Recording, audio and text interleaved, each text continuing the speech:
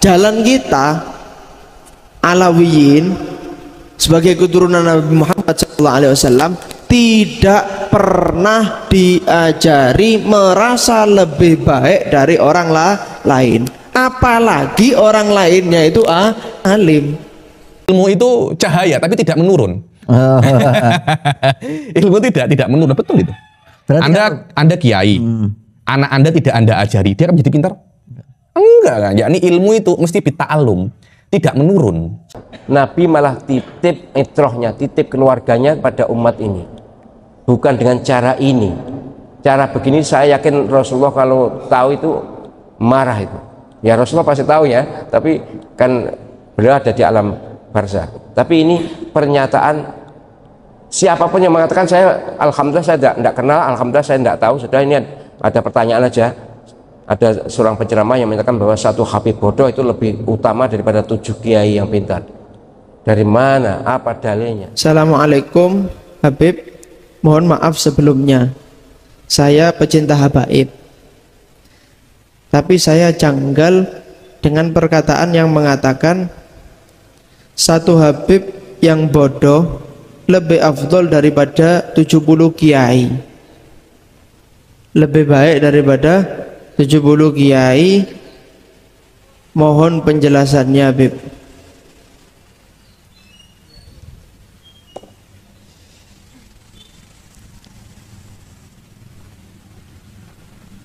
Ada perkataannya Ibn Hajar Al-Haytami.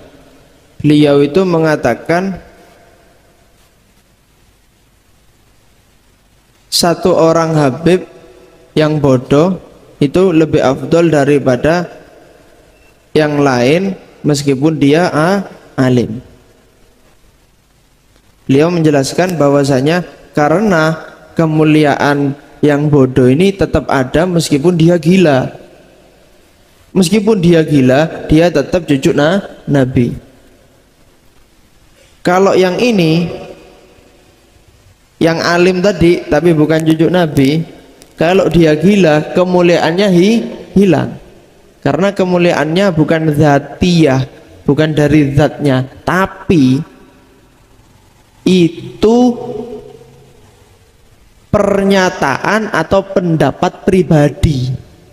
Itu pendapat Ibn Hajar Al-Haytami, pendapat dia. Enggak Beb, saya mau mengatakan kiai yang alim lebih afdol Beb daripada Habib yang enggak alim Beb. Ya monggo. Itu pendapat masing-masing, pendapat pribadi. Kalau ditanya gimana Beb tentang salafun soleh sendiri, para salaf bagaimana kalau masalah itu? Gimana Beb tanggapannya para habaib yang mutaqaddimin, Abdullah Haddad dan lain sebagainya? Kira-kira apa Beb pendapat mereka? Kita, jalan kita Alawiyin sebagai keturunan Nabi Muhammad SAW tidak pernah diajari merasa lebih baik dari orang lain, apalagi orang lainnya itu alim. Nggak pernah diajari kamu lebih afdol daripada yang lain ya, nggak ada. Mulai saya procot baru lahir sampai sekarang ini belum ada guru saya mengatakan kau niki luwih afdol teko sing liyane, ndak ada. Bahkan ajaran mereka itu yang tawadhu, karena kamu nggak tahu orang lain itu bagaimana di sisi Allah Subhanahu wa taala. Jangan merasa lebih baik, jangan merasa lebih baik, jangan merasa lebih baik, jangan merasa lebih afdol. Gitu. Jadi para salafun saleh nggak ada yang ngikuti pendapat seperti itu, nggak ada. Ini pendapat pribadi saja dari mereka yang bukan keturunan Nabi Muhammad sallallahu alaihi wasallam. Tapi kalau keturunan Nabi tidak ngikuti seperti ini, bahkan mereka itu malu kalau nggak punya ilmu. Bahkan itu mereka itu sampai malu kalau tidak punya ilmu. Bahkan Sayyidina Ja'far As-Shadiq pernah ngomong ke anaknya, ya ibni, ya waladi, al-jahlu gobih, bodoh itu jelek. Tapi wabi ke akbah, kalau yang bodoh itu saya atau kamu itu lebih jelek. Kenapa? Sudah cucu Nabi bodoh lagi. Bodoh itu jelek, tapi kalau yang jelek, yang bodoh itu cucunya Nabi, lebih jelek lagi. Kenapa? Wong Sayyidina Ali itu, Ali Madinatul apa? Ana Madinatul Ilm wa Aliun babuha. Aku ini tempatnya ilmu, kotanya ilmu kata Nabi, pintunya Sayyidina Ali. Lah kok ada keturunannya yang enggak pinter, malah malu. Tapi kalau torikohnya mereka enggak ada yang ikuti seperti ini, enggak ada. Jenengan cari sudah siapa saja yang habaib yang memang dia berilmu, sanadnya jelas, akhlaknya baik, gak mungkin ngomong-ngomong omongan seperti ini. Gak ada, gak pernah nemu jenengan ada orang ngomong yang saya ini lebih afdol. Kalau ngomong delon belajar nang sopo wong iki, kena gak belajarnya, bener gak belajarnya, bagus gak ilmunya, bagaimana akhlaknya. Coba tes baca kitab, coba tes tanya ilmu tentang keilmuan.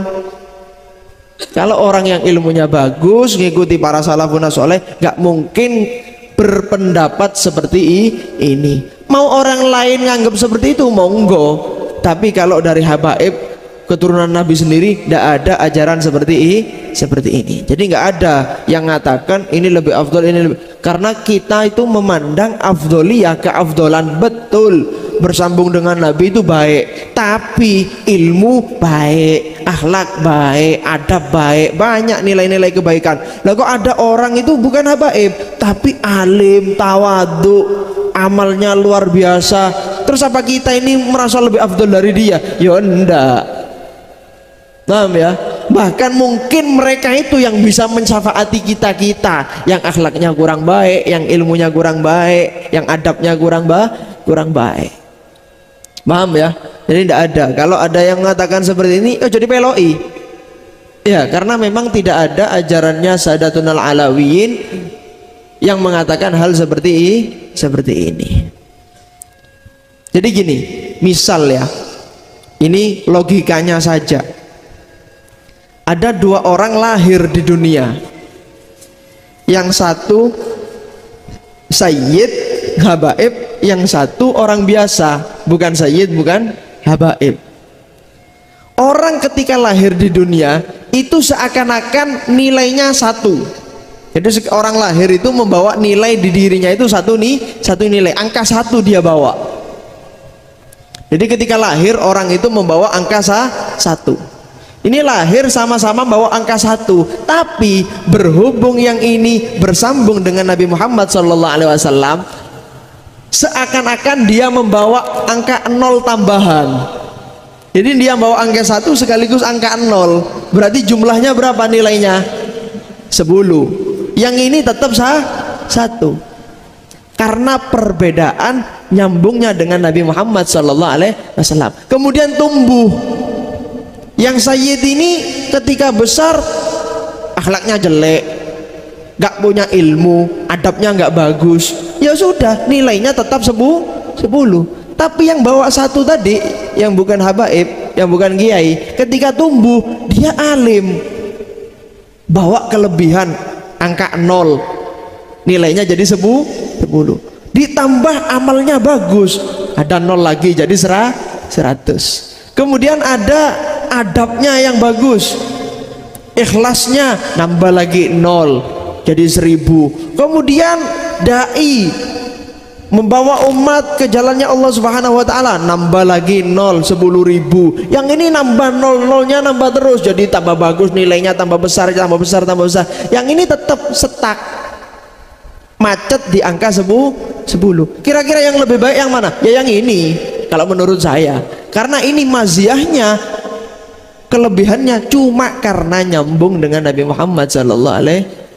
Tapi yang ini dengan akhlaknya, dengan ilmunya, dengan adabnya, dengan karimnya, sakhoknya, khofnya, waroknya, rojaknya, wah nilainya tambah tinggi. Tapi begitu juga kalau sayyid tersebut lahir dengan angka 10, tumbuhnya alim, beradab, beramal soleh, akhlaknya, ikhlasnya, waroknya, sakhoknya, khofnya, tambah nilainya tambah besar, tambah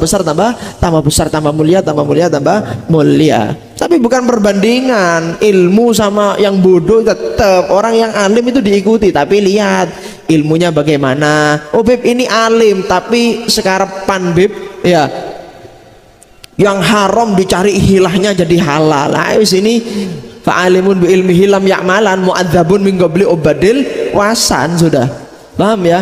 Itu salah, itu salah. Menurut saya tidak semacam itu. Saya pribadi al asal huwal ilm, al hujjah wal ilm. Dulu hafizahullah guru saya Syekh Said Foda ya, ini beliau itu selalu mengatakan kepada saya, kita itu mesti mengikuti orang alim, bukan mengikuti orang yang mempunyai nasab. Betul itu. Jadi nasab itu hanya murajjih. Jadi kalau ada orang alim, dua orang alim sama-sama alimnya, tapi satunya nasabnya tinggi, keturunan Rasul, itu akan menjadi murajjih. Inti mesti mengikuti yang keturunan Rasul ini, atau keturunan yang mulia, daripada yang alim juga tapi keturunannya tidak mulia. Karena itu wallahu alam di antara sebab terjadinya madzhab Syafi'i. Madzhab Syafi'i kan daripada Bani Muttalib, kembali kepada Bani Muttalib. Daripada 4 madhab, sebagian ulama yurajih madhab Syafi'i daripada madhab Imam Abu Hanifah, madhab Malik, madhab Ahmad bin Hambal, karena Imam Syafi'i keturunan orang mulia. Jadi yang namanya nasab itu murajih, al asal huwal ilm. Nasab hanya sebagai penguat saja, tapi sebagai nomor penguat, 1 tetap ilm. Al hujjah walil ilm walaysa lin nasab. Yani ini bisa dipertanggungjawabkan. Berarti kalau begitu karena al ulama warasatul anbiya, yang mewariskan itu adalah ulama. Yakni yang mewarisi anbiya itu adalah ulama. Ilmu itu nurun. Ilmu itu cahaya tapi tidak menurun. Ilmu tidak menurun, betul itu. Berarti Anda kiai, anak Anda tidak Anda ajari, dia akan menjadi pintar? Enggak kan? Yakni ilmu itu mesti bita'alum, tidak menurun. Saya yang makan, anak saya yang kenyang. Enggak ada semacam itu, enggak ada. Itu anggapan-anggapan yang salah itu anggapan-anggapan yang salah. Jadi maknanya seorang, yakni ilmu adalah sesuatu yang paling mulia. Sesuatu yang paling mulia. Sahih Cuma, juga. apa? Misalnya nih, satu orang alim, non habib, ya non zuriyah, itu tetap lebih utama daripada 70 habib tapi yang tidak alim. Secara, apa ya? Sebagai Secara mutakalimin, memang semacam itu. Kalau kita melihat hujatul syariah ya, kita mesti mengikuti ulama. Dan habaib itu ada yang ulama dan ada yang bukan ulama. Untuk masalah mengikuti, kita mesti mengikuti apa namanya? Ulama. Tidak boleh kita mengikuti yang bukan ulama. Siapapun keturunan dia. Bukan hanya habaib saja, bukan hanya keturunan Rasul saja. Kan tetapi siapapun yang bukan ulama tidak boleh kita ikuti. Siapapun itu. Tapi kalau ada satu orang biasa alim, satu orang sayyid alim, kita mengikuti sayyid yang alim ini. Kenapa? Karena ini sebagai murajjih. Ini satu sayyid yang tidak alim. Ini satu orang yang bukan sayyid tapi alim. Kita tidak boleh mengikuti ini. Oh, kita mengikuti ini daripada keturunan Rasul. Tidak bisa semacam itu. Keturunan Rasul murajjih. Kita mesti menghormati dia karena nasabnya bersambung kepada Rasul. Maknanya jangan menyakiti dia. Jangan menyakiti dia. Tidak ada kewajiban mengikuti ya? Tidak ada kewajiban mengikuti. Tidak ada. Wallahu a'lam, sehingga saya paham tidak ada mengikuti itu. Misalnya ada khilaf banyak. Pendapat-pendapat ABC. Terus kemudian ini keturunan Rasul ngomong A begitu, yang ini orang alim ngomong B. Kita tidak ada kewajiban syariah wajib mengikuti pendapat yang keturunan Rasul. Kalau sama-sama alimnya keturunan Rasul alim, ini juga alim, sama-sama alimnya, dan Anda kategorinya orang awam. Jelas Anda wajib untuk mengikuti yang sayyid yang alim. Kenapa? Karena alim itu murajjih.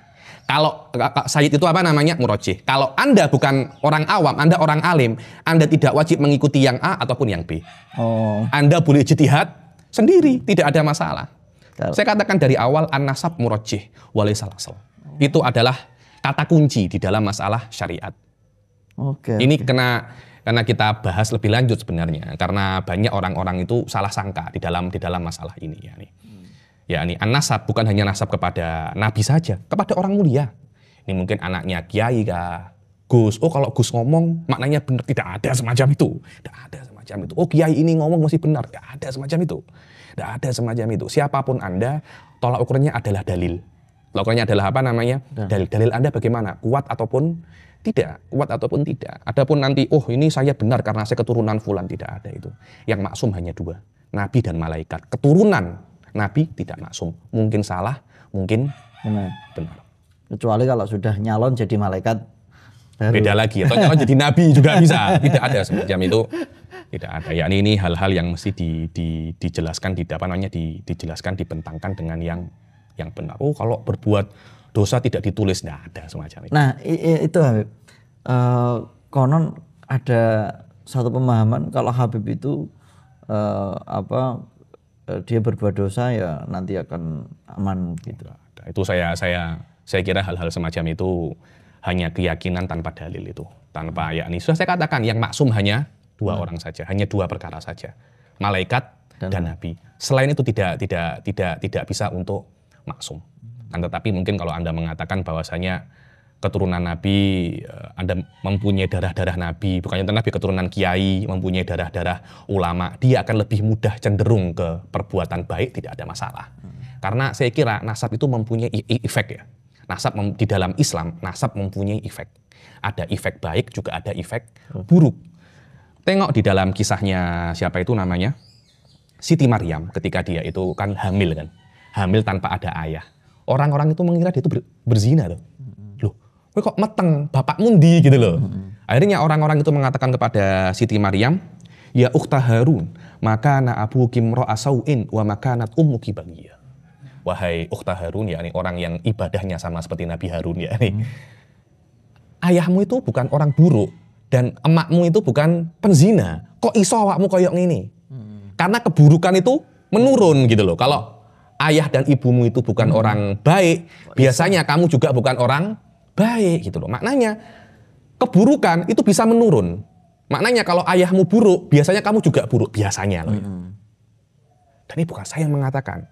Tengok bagaimana Allah ketika Nabi Nuh berdoa kepada Allah. Wa qala Nuhur Rabbi la tadhar alal ardi minal kafirina dayyara innaka intadarhum yudillu ibadaka wala yalidu illa fajiron kafaro. Kalau kamu meninggalkan di dalam dunia itu satupun orang kafir, tidak akan lahir daripadanya kecuali fajiron kafaro. Loh, maknanya kekufuran itu bisa menurun, ada ya. Tapi saya tidak mengatakan pasti, tapi ada. Dan tidak sedikit nisbahnya. Biasanya kalau bapaknya non muslim, anaknya juga non muslim. Bapaknya muslim, anaknya juga muslim. Bapaknya kiai, biasanya anaknya itu juga pintar biasanya. Saya tidak mengatakan pasti. Iya. Biasanya semacam itu. Ustadz, ada seorang penceramah katanya satu habib yang bodoh itu lebih afdol, lebih utama daripada 7 kiai yang pintar. Ya, jadi ini menggebu-gebu satu habib yang bodoh itu lebih afdol dibanding 70 kiai yang pintar. Ini kan ngenyek Nabi SAW. Nabi SAW dan Allah SWT bahkan inna akramakum indallahi atqakum. Itu Nabi, itu Al-Quran. Kemudian Nabi banyak sekali hadis yang menyatakan bahwa tidak ada beda antara orang Arab dan orang Ajam. Tidak ada beda antara umat Islam ini kecuali takwanya. Dan Nabi SAW tidak pernah mengunggul-unggulkan nasabnya. Nabi malah titip itrohnya, titip keluarganya pada umat ini. Bukan dengan cara ini. Cara begini saya yakin Rasulullah kalau tahu itu marah itu. Ya Rasulullah pasti tahu ya, tapi kan beliau ada di alam barzah. Tapi ini pernyataan siapapun yang mengatakan saya, alhamdulillah saya tidak kenal, alhamdulillah saya tidak tahu. Sudah, ini ada pertanyaan aja. Ada seorang penceramah yang menyatakan bahwa satu habib bodoh itu lebih utama daripada 7 kiai yang pintar. Dari mana? Apa dalilnya? 70 kiai. Ya, umumnya kiai kan ya orang-orang baik, orang-orang pintar. Banyak sekali hadis Nabi SAW yang menyatakan bahwa al-ulama warasatul anbiya, ulama itu pewaris Nabi. Kemudian juga hadis-hadis lain yang menyatakan bahwa orang berilmu itu dari umatku lebih afdol daripada orang ahli ibadah. Baiklah, bahwa keturunan Nabi SAW itu orang khusus harus kita hormati jika mereka taat kepada Allah SWT dan Rasulnya. Jika tidak, ya enggaklah. Ya ada orang yang aku habib tapi kelakuannya gak genah itu. Saya tidak usah nyebut nama lah, dan tidak malati itu. Saya tidak khawatir kualat. Yang saya hormati adalah orang-orang yang taat kepada Allah SWT dan Rasulnya. Keturunan Nabi atau bukan keturunan Nabi, tapi untuk keturunan Nabi tentu kita lebih khusus karena Nabi nitip gitu loh. Nabi waktu akan wafat tuh ngitroti keluarga saya.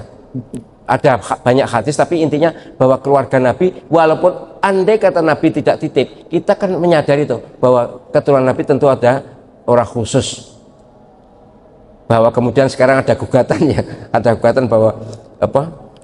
Ada asosiasi atau apa namanya perkumpulan habaib itu ini keturunannya putus, ya terserah lah bagi mereka yang meneliti silakan, tapi bagi saya, bagi kita, bahwa jika itu keturunan Nabi maka kita hormati sebagai anak cucu Nabi Sallallahu Alaihi Wasallam.